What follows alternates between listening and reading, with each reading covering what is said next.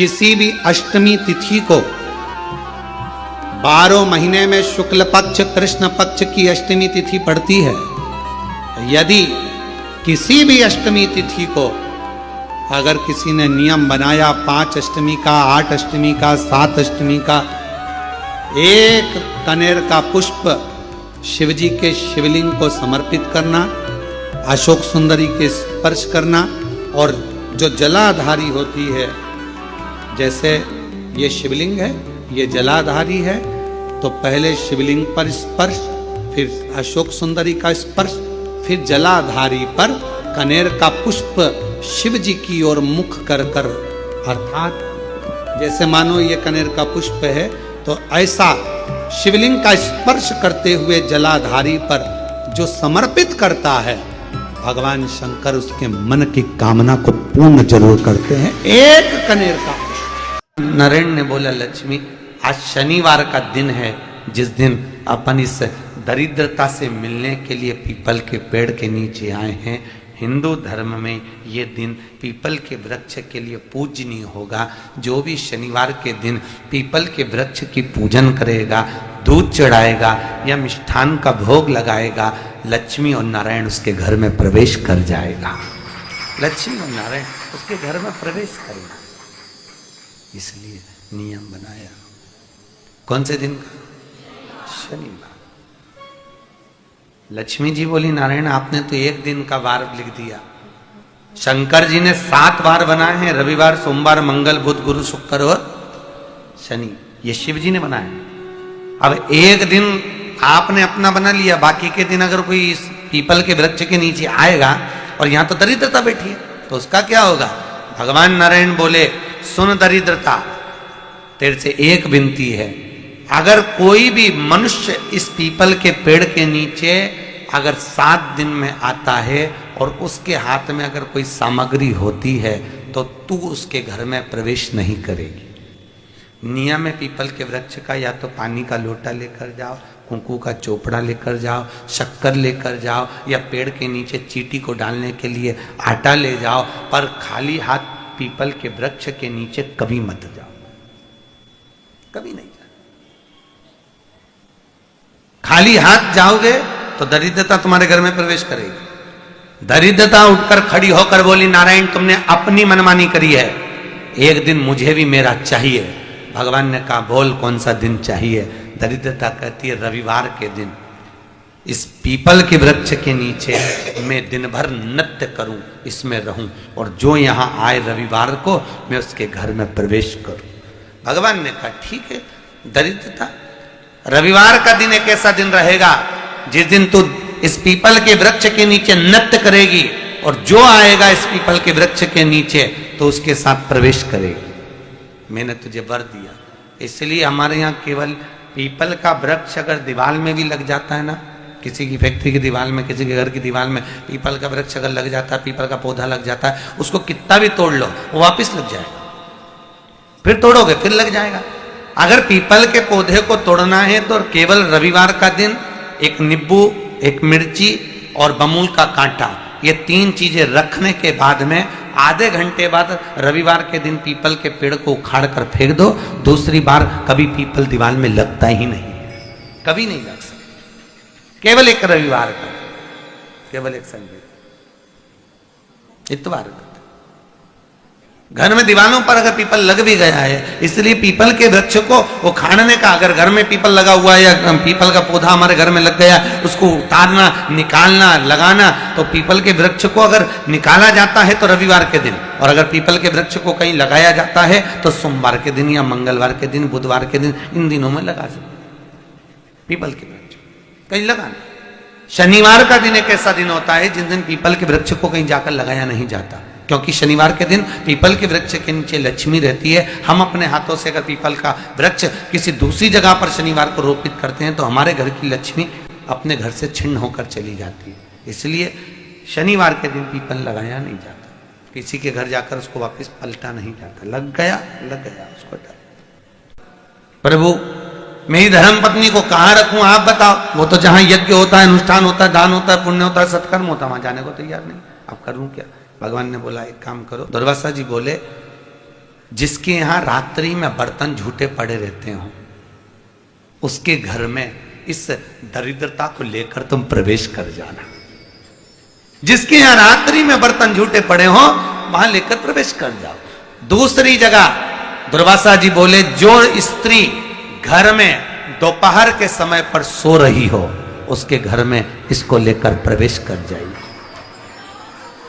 जो स्त्री दोपहर के समय में घर पर सो रही हो, इस दरिद्रता को लेकर प्रवेश कर जाइए।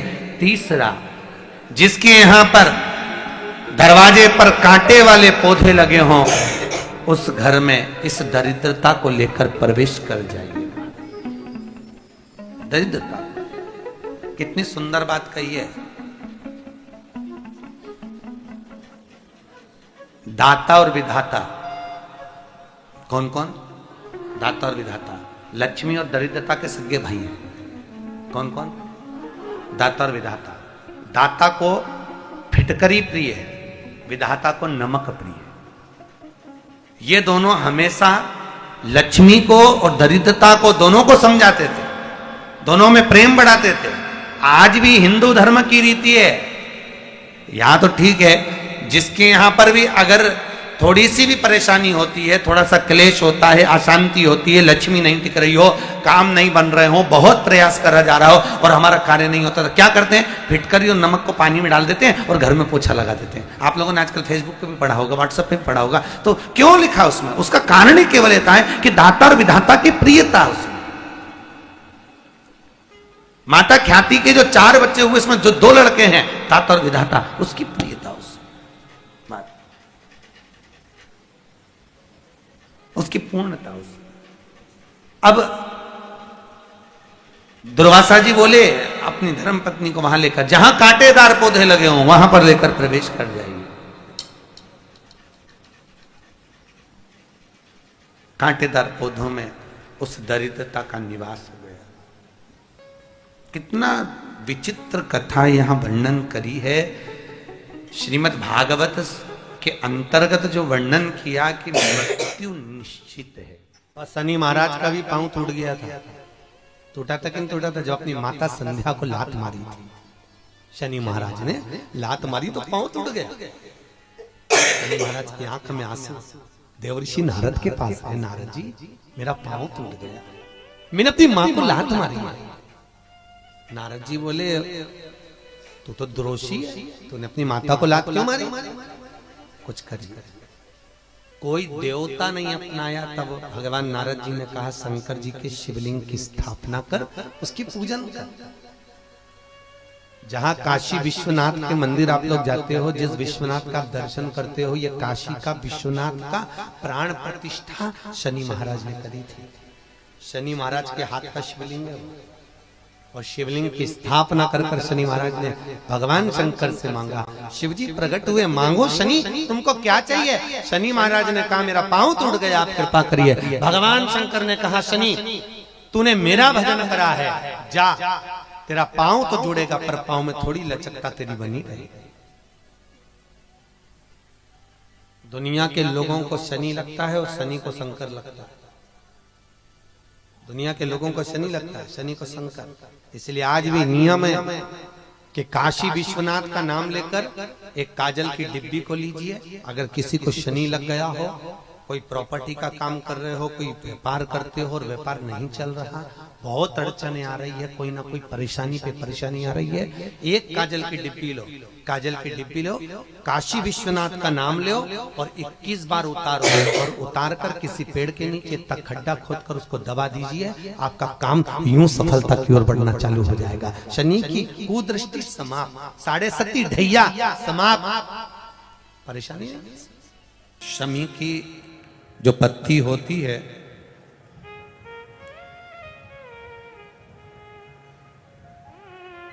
शमी की जो पत्ती होती है, एक पत्ती में जितनी पत्तियां लगी होती हैं और एक पत्ती के अंदर, जरा ध्यान देंगे, जैसे इस पत्ती में ढेर सारी पत्तियां लगी हुई है, उस पत्ती में से भी एक पत्ती तोड़ोगे और एक पत्ती तोड़ने पर उस पत्ती को भी अगर गिनोगे तो उसमें बहुत सारी पत्तियां होती हैं। आज प्रयास करना, अगर कहीं आपको शमी की पत्ती मिले तो जैसे ये पत्ती, इस पत्ती को तोड़ा गया, इस पत्ती में से एक पत्ती निकाली गई और एक पत्ती निकालकर आप धीरे से रखना, और उसमें भी बारीक बारीक बारीक बारीक बारीक बारीक बहुत सारी पत्तियां नजर आती हैं। शिव महापुराण की कथा कहती है जो सोमवार की अष्टमी हो या प्रदोष का व्रत हो या 12 महीने की शिवरात्रि हो या किसी भी दिन प्रदोष काल के अंतर्गत शंकर भगवान को एक शमी का पत्ता कोई भूलवश भी समर्पित कर देता है तो जितनी एक पत्ती में पत्तियां होती है और उस पत्ती के अंदर भी एक पत्ती को तोड़ने के बाद जितनी पत्तियां होती है उतने जन्म मृत्यु लोक में मनुष्य के नहीं होते। 84 लाख योनियों में से वो योनियां कट जाती हैं और देव योनि प्राप्त हो जाती। एक शमी पत्र की इतनी महत्वता है, एक शमी पत्र। महाराज आज भी नियम है, अगर किसी लड़का लड़की का शादी होने के बाद अगर तलाक हो रहा है,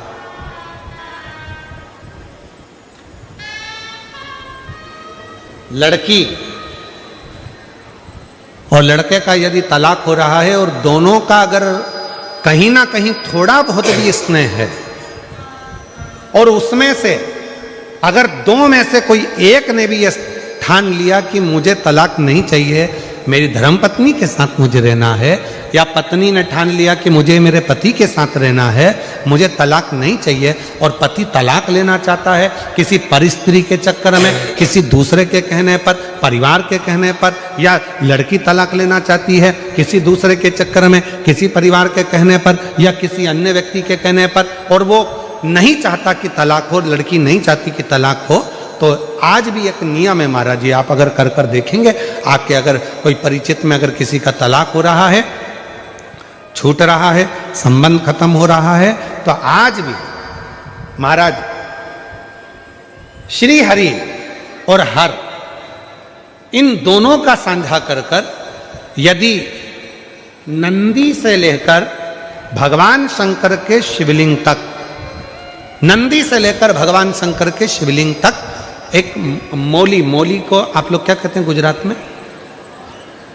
वो मौली जो हाथ में बांधते हैं उसको क्या बोलते हैं गुजरात में? नाड़ा, लच्छा, मौली, जो लाल पीला धागा होता है ना जिसको हाथ में बांधते हैं पूजन के टाइम पर, तो वो लच्छा, वो नाड़ा, वो मौली जो है वो जो बांधने वाला है, नंदी का जो एक चरण खड़ा हुआ है, बाकी का चरण एक आगे का नीचे दबा हुआ है, पीछे का चरण भी दबा है, पर एक नंदी का चरण ऊपर है, उस चरण से लेकर भगवान शंकर के शिवलिंग तक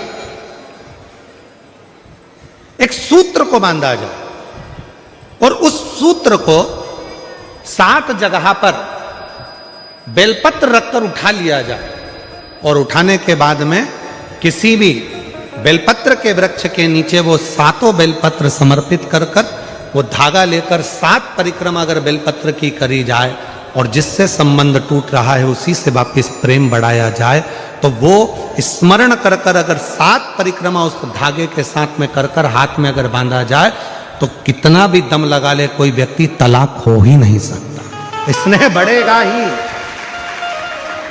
प्रेम बढ़ेगा ही, वो टूट नहीं सकता, उसको तोड़ा नहीं जा सकता। पर उसमें एक काम आपका भी चाहिए, आपकी वात्सल्यता, आपका प्रेम, आपकी करुणा और आपकी अच्छी सोच, अच्छे विचार, ये सब तो होगा, पर साथ में अच्छे विचार होंगे, अच्छी सोच होगी, अच्छी करुणा होगी, अच्छी वात्सल्यता होगी, अच्छा स्नेह होगा, अच्छा प्रेम होगा, अच्छा मन होगा, तो ही तो सब श्रेष्ठ होगा, तभी तो श्रेष्ठ होगा। स्नेह को बढ़ाए, प्रेम को बढ़ाए। शिव कथा कह रही है, आप लोगों को मालूम है कि नहीं मालूम वो हमको नहीं पता, पर जब किसी शिवलिंग की प्राण प्रतिष्ठा होती है और सामने जो नंदी बैठता है, उस नंदी से शिवलिंग तक एक सूत्र जमीन के अंदर दबाया जाता है, जिसको सोमसूत्र भी कहते हैं। एक सोने का तार, चांदी का तार या तांबे का तार या पीतल का तार नंदी से लेकर शंकर भगवान की शिवलिंग तक उसको स्थापना के समय पर भूमि में उसको दबा दिया जाता है, शिव से नंदी तक के बीच। शिव नंदी।